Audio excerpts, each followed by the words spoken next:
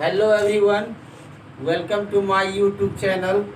हम कर रहे हैं RS Agarwal all competitive exam प्रतिशत। तो हम आज क्वेश्चन नंबर करेंगे 65 से।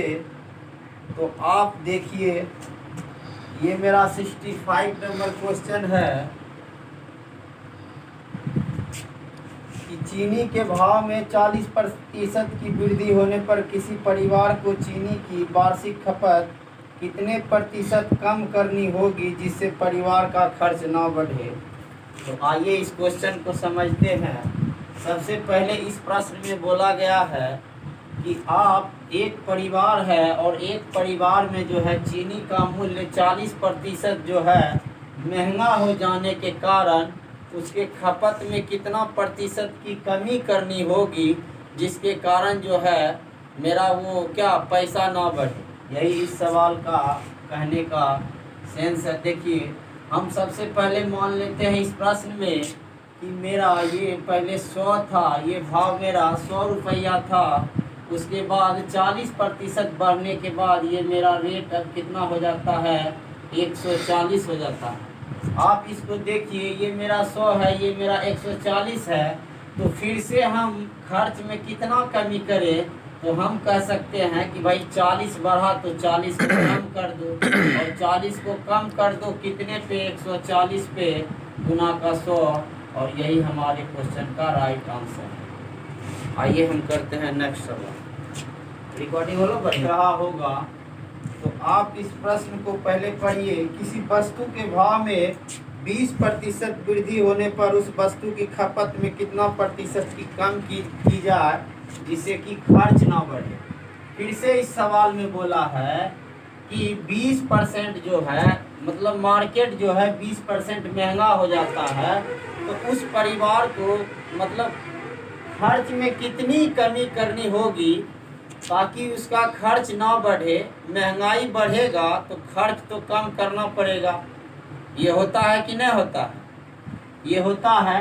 जब महंगाई बढ़ेगी तब हमें उतना ही रकम में वो काम करना होता है जिसके लिए आप काम करने के लिए जाते हैं। तो आइए देखिए, सबसे पहले हम मान लेते हैं कि ये मेरा 100 रुपया था।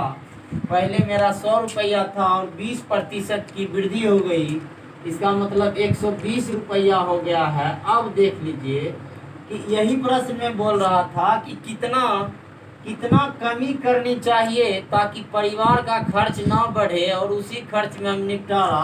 तो 100 से 120 हो गया है, तो 20 हम कम कर देते हैं।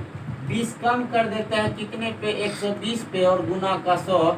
यही हमारे क्वेश्चन का राइट आंसर है। फीलिंग हुआ या नहीं हुआ?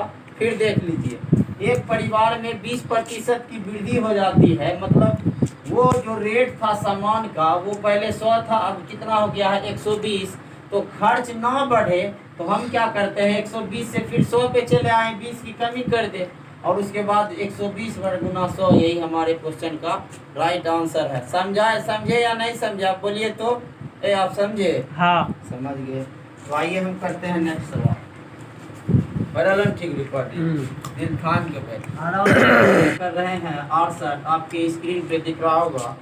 तो देखिए, किसी वस्तु पर 10% कम कर देने पर कुल राशि अपरिवर्तित रहता है। इस वस्तु के उपभोग में कितने प्रतिशत की वृद्धि हुई? इस वस्तु के उपभोग में कितने प्रतिशत की वृद्धि हुई? तो आप इस प्रश्न को फिर से समझिए कि पहले हम मान लेते हैं कि ये मेरा 100 था और क्वेश्चन में बोला है कि कम कर देने पर 10% की कमी हो जाती है। तो अब ये कितना हो गया? तो हम कहेंगे कितना हो गया, तो ये 90 हो गया। हुआ या नहीं हुआ? देखिए, 100 था पहले, अब कितना हो गया है, ये मेरा 90 हो गया है। अब देखिए, हम इसको बोल रहा है कि भाई मैनेज कीजिए कि खर्च ना बढ़े या कितनी वृद्धि हो गई। तो आप देखिए, 100 से कितना हो गया, 90। माइनस करने के लिए हम इसको क्या करें, 10 तो क्या कर देते हैं, कमी बटा 90 और गुना का 100। यही हमारे क्वेश्चन का राइट आंसर है। आइए करते हैं नेक्स्ट सवाल। क्वेश्चन नंबर 69 आपके स्क्रीन पे दिख रहा होगा चकाचक। तो देखिए, क्वेश्चन नंबर 69 में बोला है, यदि जल कर में 20% की वृद्धि होने पर पानी की खपत 20% कम कर दी जाए तो कुल कर में कितने प्रतिशत की कमी अथवा वृद्धि होती है। जल कर में 20% की वृद्धि होने पर पानी की खपत में 20% कम कर दी जाए। अब देखिए जल का जो कर ले रहा था वो उसमें पहले 100 ले रहा था, लेकिन अब जो है 20% की क्या कर दी, वृद्धि कर देगी। मतलब जो पैसा ले रहा था उस पे 20% का वृद्धि कर दिया। इसका मतलब क्या कि 100 से कितना ज़्यादा 120। अब फिर नेक्स्ट आप पढ़िए कि इस क्वेश्चन में बोला है कि पानी की खपत में 20% की कमी की। इसका मतलब 100 से 20 कम, तो हम कह सकते हैं कि 80।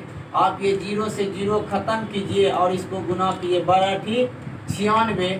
100 से कितना कम, तो हम कहेंगे 4, और 4% ही हमारे क्वेश्चन का राइट आंसर है। 70। तो आप देखिए क्वेश्चन नंबर 70। क्वेश्चन नंबर 70 कहता है किसी वस्तु के मूल्य में 20% की कटौती कर दी गई, इससे पूर्व मूल्य पर लाने हेतु कितना प्रतिशत की वृद्धि करनी होगी। अब देखिए कोई वस्तु जो था उस पे 20% की वृद्धि हुई, कितना की कमी की जाए ताकि वो वृद्धि फिर वहीं चला जाए। अब देखिए कैसे, हम मान लेते हैं कि ये मेरा 100 था पहले से, प्रतिशत में हमेशा आप 100 मानिए और उसके बाद क्वेश्चन को हल कीजिए। 100 मान लिए और 20% की वृद्धि हुई, तो हम कह सकते हैं 100 से 20 ज़्यादा तो 120। अब इस पे बोला है कितना प्रतिशत की कमी करनी होगी, तो आप यहाँ क्या कीजिए, जब 100 से 120 बढ़ गया है, 100 से 120 हो गया है, तो हम भी 20 का कमी कर देंगे और 20 का कमी करेंगे किस पे, 120 पे, गुना का 100। यही हमारे क्वेश्चन का राइट आंसर है। आइए हम करते हैं नेक्स्ट सवाल। आइए हम करते हैं क्वेश्चन नंबर 71। क्वेश्चन नंबर 71 में आप पढ़िए किसी वस्तु पर दलाली कर दर जो है 4% से बढ़कर 5% होने पर भी एक दलाल की आय अपरिवर्तित रही, उसके व्यापार में कितने प्रतिशत की कमी आई। ये हलवा सवाल है। देखिए 4% यहाँ हम लिखे और ये मेरा 5% है, कितने प्रतिशत की वृद्धि या कमी, तो हम कहेंगे 1, और किस पे, 5 पे, और गुना का 100। आप यहाँ से कटाइए, यही हमारे क्वेश्चन का राइट आंसर है। आइए हम कर रहे हैं नेक्स्ट सवाल। आइए हम कर रहे हैं क्वेश्चन नंबर 72। क्वेश्चन नंबर 72 आप पढ़िए, पटसन के भाव में 20% की कमी होने पर इसका भाव 800 प्रति क्विंटल हो गया, इसका प्रारंभिक भाव प्रति क्विंटल कितना था। ये भैया आप समझिए इस क्वेश्चन को फिर से एक बार पढ़ते हैं। पटसन के भाव में 20% की कमी हो जाती है, तो आप इसको समझिए कि पटसन के भाव में 20% की कमी होने पर यह भाव जो है 800 रुपया हो जाता है। तो प्रारंभिक वैल्यू हमें निकालना है कि शुरुआती भाव क्या था। आप देखिए हम मान लेते हैं कि ये मेरा पहले 100 था और 20% की क्या हो गई, तो हम कहेंगे कि 20% की कमी हो गई। 20% की कमी हुई, इसका मतलब 100 से 20 कम, तो हम कह सकते हैं 80 हो गई। यही है, यही ना है जी। अरे और कोई बात है, बताइए और कोई बात है तो 100 से 80 हो गया, यही न हुआ है। और 100 से 80 होने के कारण इसका भाव कितना हो जाता है, 800 हो जाता है। आप यहाँ समझिए पहले भाव मेरा कितना था शुरुआती में, ये मेरा प्रारंभिक भाव है। क्या है, प्रारंभिक भाव है। और ये मेरा कमी होने के बाद यह भाव कितना हो जाता है, 80 हो जाता है। क्या हो जाता है, 80 हो जाता है पहले। अब देखिए अगर 80 होने के बाद इसका भाव ओरिजिनल में क्या हो गया, 800 हो गया। क्या हो गया, 800 हो गया। ध्यान दीजिए 80 होने पर कितना, 800। इसका मतलब 80 से कितना गुना ज्यादा, तो हम कहेंगे 10 गुना ज्यादा। यही ना है, यही है। 80 होने के बाद यह 800 हो जाता है। 800 है कि 8000 है, हाँ। तो आप देखिए यहाँ 800 है। 80 होने के बाद यह 800, तो 80 से कितना गुना ज्यादा, तो हम कहेंगे 10 गुना ज्यादा। इसी प्रकार हमारा आंसर ये क्या पूछ रहा था प्रश्न में कि प्रारंभिक वैल्यू क्या, तो प्रारंभिक वैल्यू तो मेरा 100 है, लेकिन अब 100 नहीं हो करके ये भी क्या हो जाएगा 10 गुना ज्यादा, तो हम कहेंगे 1000। यही हमारे क्वेश्चन का आंसर है। फीलिंग हुआ जी? बोलिए फीलिंग हुआ? कौन फीलिंग हुआ समझिए, हम तो लगा दिए हैं थंबनेलवा। 73 आपके स्क्रीन पे दिख रहा होगा। खाद्य तेलों में 25% की वृद्धि होने पर एक गृहिणी को अपनी तेल की खपत में कितनी प्रतिशत की कमी करनी होगी कि इसका मद पर खर्च न बढ़े। अब फिर से देखिए, एक परिवार में तेल का खपत जो है, कुछ भी तेल, कोई भी परिवार है तो तेल खपत होता होगा ना उसके घर में। अब देखिए क्या कह रहा है कि एक जो परिवार है, गृहिणी है, जो भी मान लीजिए, एक जो परिवार है जो घर में रहता है, वो तेल का कीमत पहले 100 था और तेल का कीमत अब कितना हो गया है 125। तो स्वाभाविक बात है कि जब पहले 100 रुपया था तो हम ज़्यादा तेल खरीदते होंगे।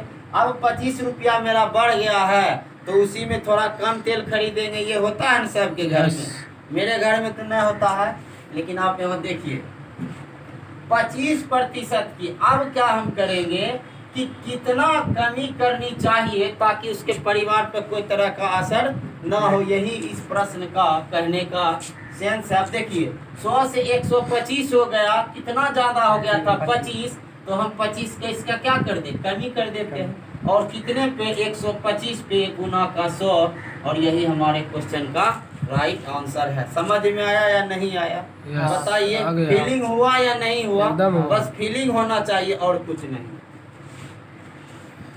आइए क्वेश्चन नंबर हम कर रहे हैं 74, आपके स्क्रीन पे छप गया होगा। किसी वस्तु पर कर में 20% वृद्धि होने पर इसकी खपत में 20% कमी कर दी गई तो इस वस्तु पर कुल कितना प्राप्ति हुआ।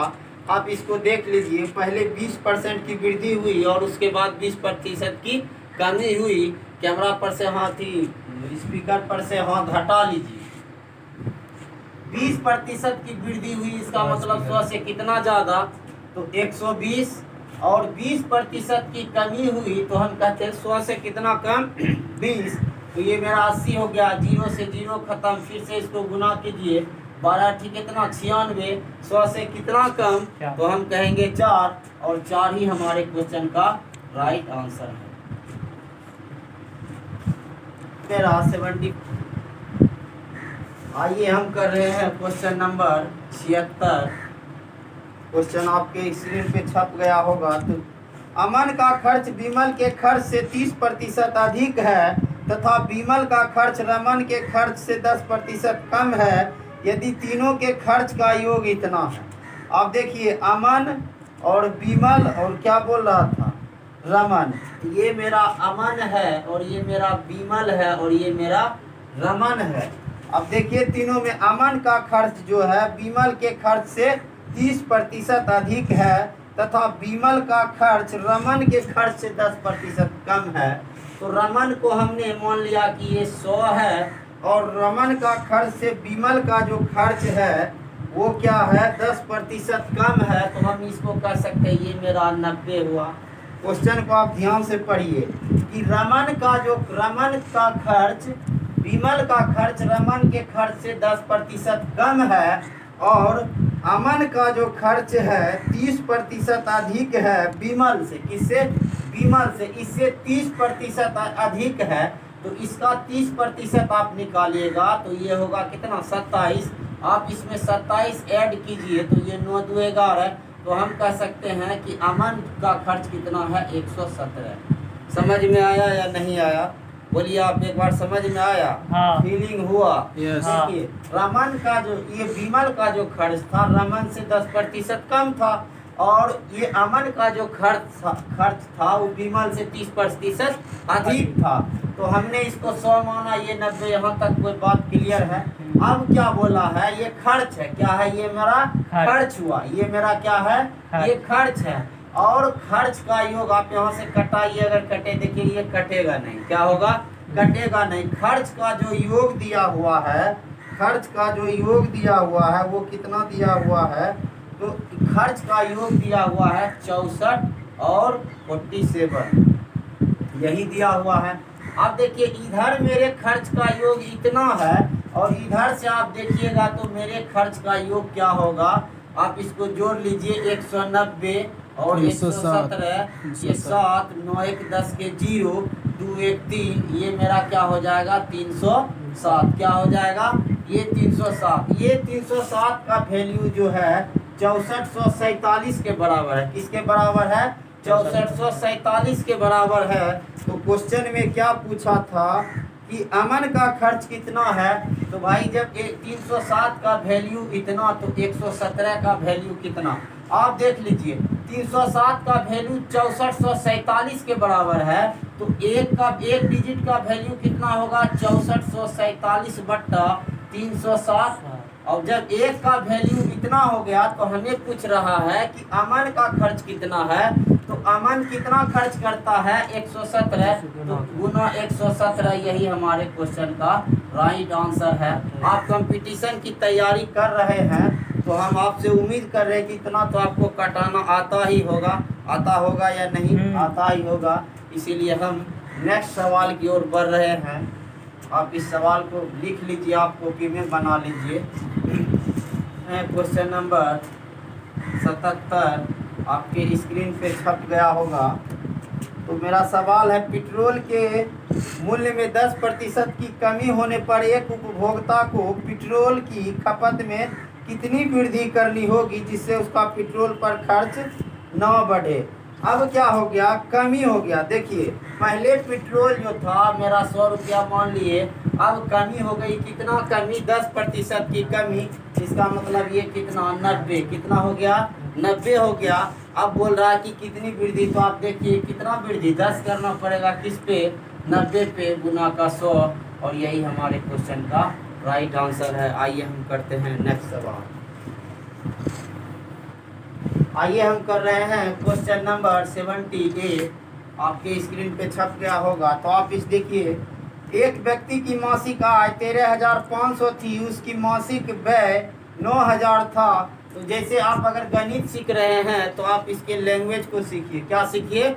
उसके लैंग्वेज को पकड़िए। तो क्या बोला है, जैसे जैसे प्रश्न में बोला है हम उसी प्रकार लिख देते हैं, आंसर आ जाएगा। देखिए कैसे, एक व्यक्ति की मासिक आय मतलब होता है कि जो व्यक्ति कमाता है दिन भर में पगार, या कह लेते दरमाहा, हिंदी भाषा में ठेठ में क्या कहते हैं दरमाहा।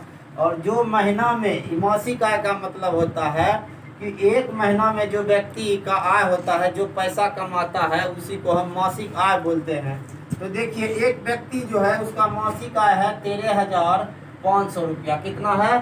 13,500 रुपया। अब ये क्या करता है, व्यय जो है इसका 9,000 है। इसका मतलब इसका खर्च कितना है, तो हम कहेंगे कि 9,000 है। क्या है? 9,000 है। ये 13,500 रुपया कमाता है और ये खर्च कितना कर देता है 9,000। अब आगे क्वेश्चन में पढ़िए तो देखिए, जब 9,000 ये खर्च करता होगा तो बचत कितना होता होगा। 13,500 रुपया कमाता है, 9,000 खर्च कर देता है, तो हम कह सकते हैं ये 4500 रुपया बचाता होगा या नहीं बचाता होगा। हाँ। 13,500 कमाता है लड़का और 9,000 क्या कर देता है, खर्च कर देता है, और 4500 रुपया ही बचाता है। अब देखिए आगे प्रश्न में क्या बोला, अगले वर्ष इसकी मासिक आय में 14% की वृद्धि की गई। इसका मतलब ये जो मेरा आय था इसमें कितना प्रतिशत की वृद्धि, 14% की क्या कर देते हैं वृद्धि, क्वेश्चन में बोला है।